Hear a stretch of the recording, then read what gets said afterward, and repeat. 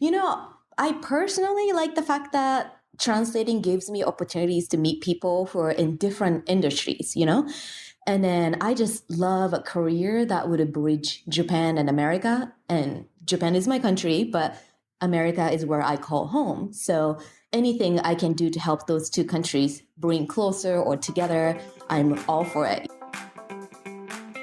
Welcome to Spark Joy, the podcast dedicated to celebrating the KonMari Method and the transformative power of surrounding yourself with joy and letting go of all the rest. With your hosts and certified KonMari consultants, Kristyn Ivy and Karin Sochi. And now, here's the show. Today's guest is Yuno Imai. Yuno is a Japanese food and travel writer and copy editor based in LA.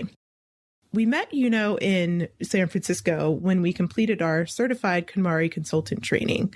The training was organized by KonMari Media Inc., and that's Marie Kondo's organization. The trainers and Marie, of course, are from Japan, and English was not their native language. So Yuno stepped in, and she was the lead translator for the 3 days of training. Marathon of translating and talking. And she played a big part in our learning experience. So Yuno has tons and tons of really cool experiences that she's going to share with us today. And she's really not afraid of jumping into new things. And in addition to translating for Marie Kondo and her team, she's now living a life of joy and focusing on publishing a children's book. So we definitely want to chat with her about that too. Welcome to Spark Joy, Yuno. Thank you. Thank you. Welcome, Yuno. Nice to talk to you guys. Nice to have you here. We were so grateful that you were able to step in the way that you did and translate for us during our KonMari consultant training. After we had another translator who was also great, had to depart, and that you just jumped in and did it so flawlessly for us. It was super great. But I'm really curious, how did you get into Japanese to English translating? It's such an interesting career. It sounds as though it's really both fun and challenging. Right. So, since I was very young, I was just fascinated by American movies and music, and I always wanted to be fluent in English and become a translator. So it's really dream come true. But it is the most challenging job I've ever done in my life. When you accept an assignment, you have to technically go in blindfolded because you don't know what your clients would say or what comes out of their mouths. Right. So it requires a lot of, focus, and it's very physically demanding too. And, people don't realize how fast and how much they talk. And it's hard to memorize everything and quickly translate them in my head and get them out of my mouth. So, yeah. So actually in 2016, I decided it was time for me to retire from translating. And Marie was actually the last client I decided to take on. Yeah, that's so great. I can't imagine how difficult it must be. I mean, I have enough trouble with English. And I know that Marie, for example, was very accustomed to having people translate for her. Mm-hmm. But I can only imagine that translating for people who maybe are not so accustomed to it would be so much more difficult because they don't necessarily pause for you to translate in the same way that someone who is experienced having translation done for them would do. Mm-hmm. That's so true. Yeah. I remember seeing you for the first time, actually, before I met you in San Francisco on the Ellen show. Uh-huh. And you were translating when Marie was folding and demonstrating all the different major KonMari techniques. So you were right there when the book, The Life-Changing Magic of Tidying Up, first started gaining traction and popularity. Mm-hmm. What was it like really being there, in the midst of really Marie's message taking over the world? It was a very unique experience, and it was just fantastic. When I was younger, I always said, I'm going to retire translating once I get on national TV. So that was another gold moment. Check. Yes, gold check, totally. So, and then also I was, transitioning from being a writer to author at that time. So it was just wonderful to see what a best-selling author will go through, doing all the media and stuff. And then our media schedule was so packed from the morning to night. So I got to spend a lot of time with Marie's team. They're just amazing people. And I still have close relationships with some of the team members as well.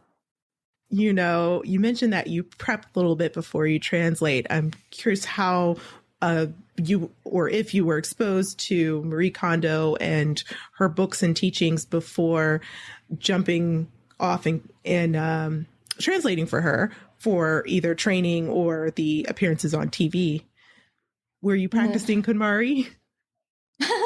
So I was always an organized person, so I didn't have trouble with organizing or anything. And I've actually, don't tell this to KonMari, okay? Okay, but just between us.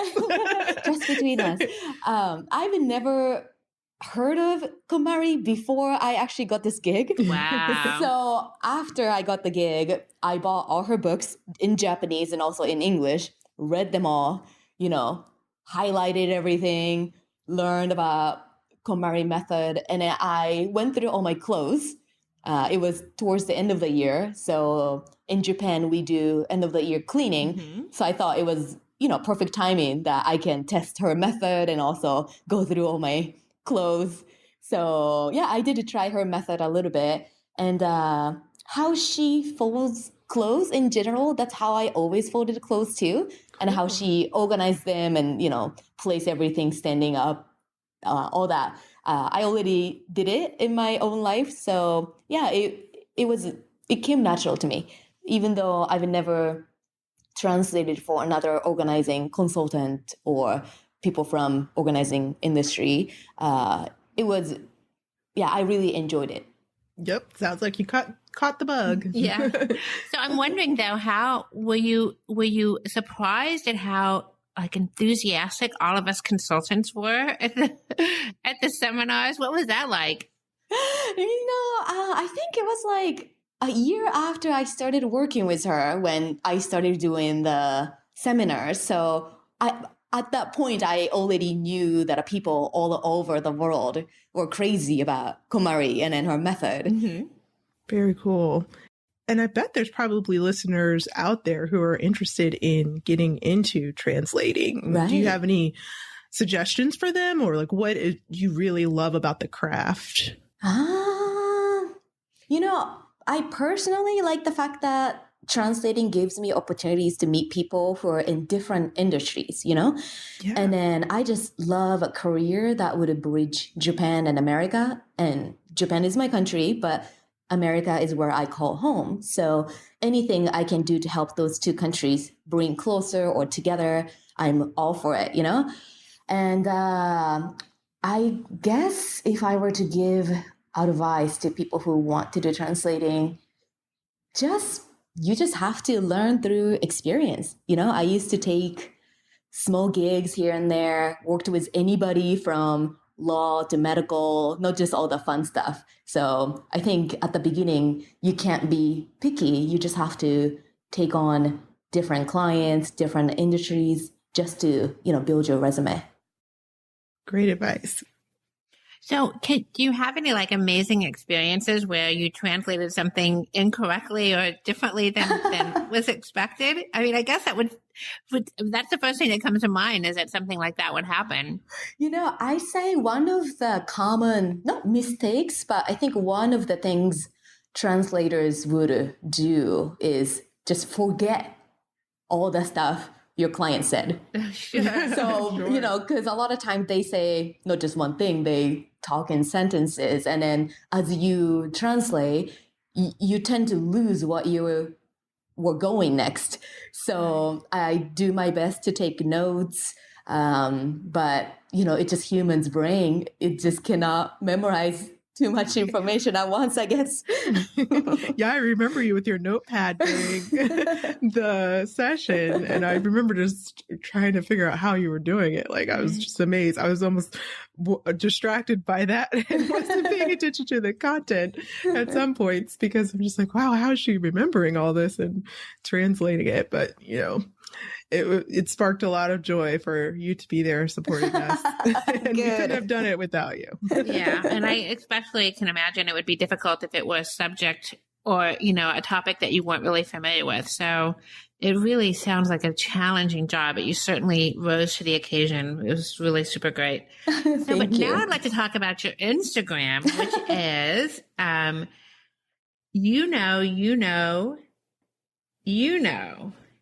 Did I do that right? Oh, I'm sorry. It's I know, you know. There you go. It's such a great name for your Instagram. And this showcases your life of joy. And we can tell that you really value wellness and adventure above all else. And you're always trying something new, like pole dancing, aerial yoga, boxing, et cetera, et cetera. Have you always been so focused on health and wellness? And what are some of your favorite activities these days? I guess I try my best not to stress myself out. So I don't focus too much on health or wellness. I just like to do whatever makes me happy. Go for the joy. And I take aerial silk, pole dance, yoga, kickboxing. I try to do it 3 to 4 times a week. Wow. But I'm not a fan of exercising, and gym is just one of my least favorite places on earth. So, whether it's gym or taking fun dance classes, you're technically doing the same thing, exercising. But I think it's important to find a joyful way to accomplish the same results. So, lately I enjoy kickboxing a lot. It's very challenging and doesn't come natural to me. I'm just not used to people trying to kick me or punch me in my head. So I'm always confused in a class full of strong men who are like pro boxers, but they inspire me so much. So I keep going back. Right. And so now you also are concentrating more on your writing and you're working on a children's book. Can you tell us more about that project and what inspired you to head in that direction? Sure. So I work as a food and travel writer. That's what I do for a living. And then I just simply love food, eating, looking at food pictures or talking about good restaurants. I just follow what I love and I get many ideas for my articles. So same goes with children's books. I just love reading children's books and inspirations just naturally come to me. And I have so many stories I want to tell. Wow. And, I've always thought about this when I think about children's books. If I was to think about how to create a children's story, we probably from the outside would say, oh, it's easier than writing a full novel or a nonfiction book, it's dense and long. Right. But I imagine trying to condense an idea into this really the most simplified form for a child probably has its challenges too. Right. It's a different type of writing and art, I write articles for publications. I write for songs. It's just different forms. And children's book looks easy to write because it's shorter compared to novels and stuff. But yeah, you really have to choose your words carefully because the space is limited. Sure. And what's been inspiring you lately when it comes to your writing? I would say life in general. I like to write about life, death, prison, and food. Wow, that's quite a range. I know. I have a personal question to ask you while we have you on the podcast. I am going to be a new aunt probably in a matter of days now. Ooh. And what's really cool is my brother and my sister-in-law have really started to build a library for her already. So when I went to the baby shower, in lieu of cards, they had this really cool idea where everyone brings a book and writes a special message in the book instead of like a Hallmark card or something like that. So I, of course, was the one that did not flip the invitation over and read the instructions to do that. So I'm a little late with getting and collecting the latest children's book for my niece, but I guess, I mean, she's coming in a couple days, but I bet there'll be some time before she's starting to read. So I have a little bit of time. So I thought I'd ask you what your favorite children's books are, or if you have any recommendations for what I should pick up. Right. So I have two recommendations, and they're, obviously my all-time favorite children's books. They are Red Shoes and then Rainbow Fish. So my mom told me I used to love scary stories like Red Shoes. Me and too. then I wonder, maybe that's why I like to write about death and prison and stuff. I don't know. They're both classics, and then in a good way. One scary story tends to, scare kids or teaches kids something. But Rainbow Fish is very, traditional, about kindness, universal stuff. So, yeah. Very cool. I will look those up. I used to love Scary Stories to Tell in the Dark. That was my favorite book. I used to read it until it was falling apart. And the illustrations alone were so creepy, but it was one of those things you couldn't stop staring at if you like weird stuff like that, like I did. But yeah, it used to spook me out. Pretty creepy. Those are great. I will look at both of those recommendations, and we'll also link those in the show notes so our listeners can check those out too. Yes, please do. So, can you tell us what at this very moment is sparking the most joy in your life? Well, I would say what sparks the most joy in my life right now is creating my children's books. I love every moment and steps of it. It's a wonderful feeling to create something that might bring more joy to other people's lives, or, even as a writer, we want to create something that would live a century, and I feel like I'm getting the opportunities to make my next dream come true. Very cool. And could you fill us in a little bit about what the book will be about? I don't want to spoil it. I know. Totally. But I'm curious. Totally. The theme, there will be death involved, but it's not a scary story. It's actually based on a real event in my life. The book is called Trevor and Me, and it's based on friendship between my friend Trevor, who is a little bit older. I think he's in his 70s. He would never tell me how old he actually is. So it's a friendship story between myself and Trevor, and he's actually the first friend I made since I moved to LA, and we became very close over the last 5-6 years. And because of his age, obviously, he wouldn't be able to witness some of the special moments in my life, like, my book signing tour, wedding, kids, all those fun stuff.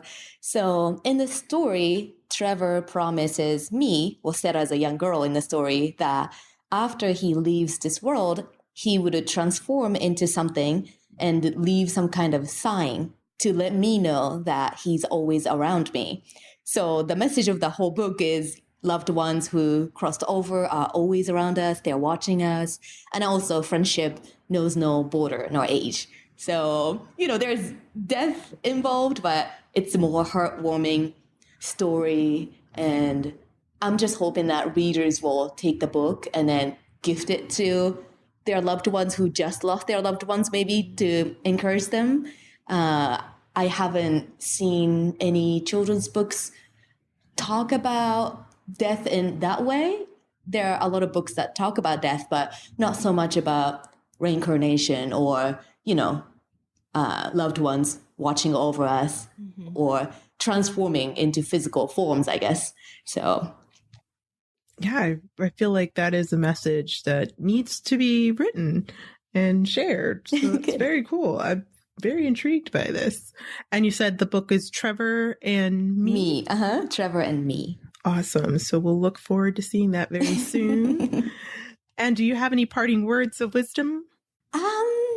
One of my favorite phrases to live by is positive attitude brings positive things in life. So I say, do what makes you happy and go after your joy.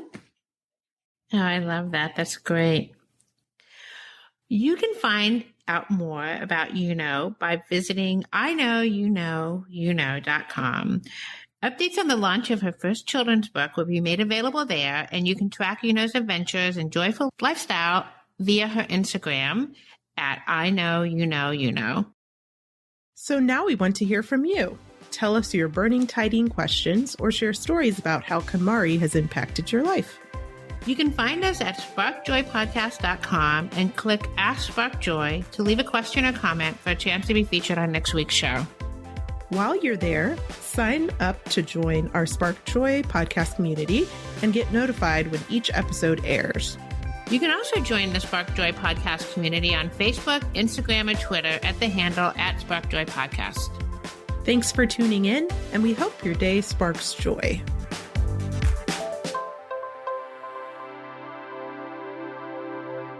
Thank you for listening to Spark Joy with your host Kristyn Ivy of For the Love of Tidy in Chicago and Karen Sochi of the Serene Home in New York City.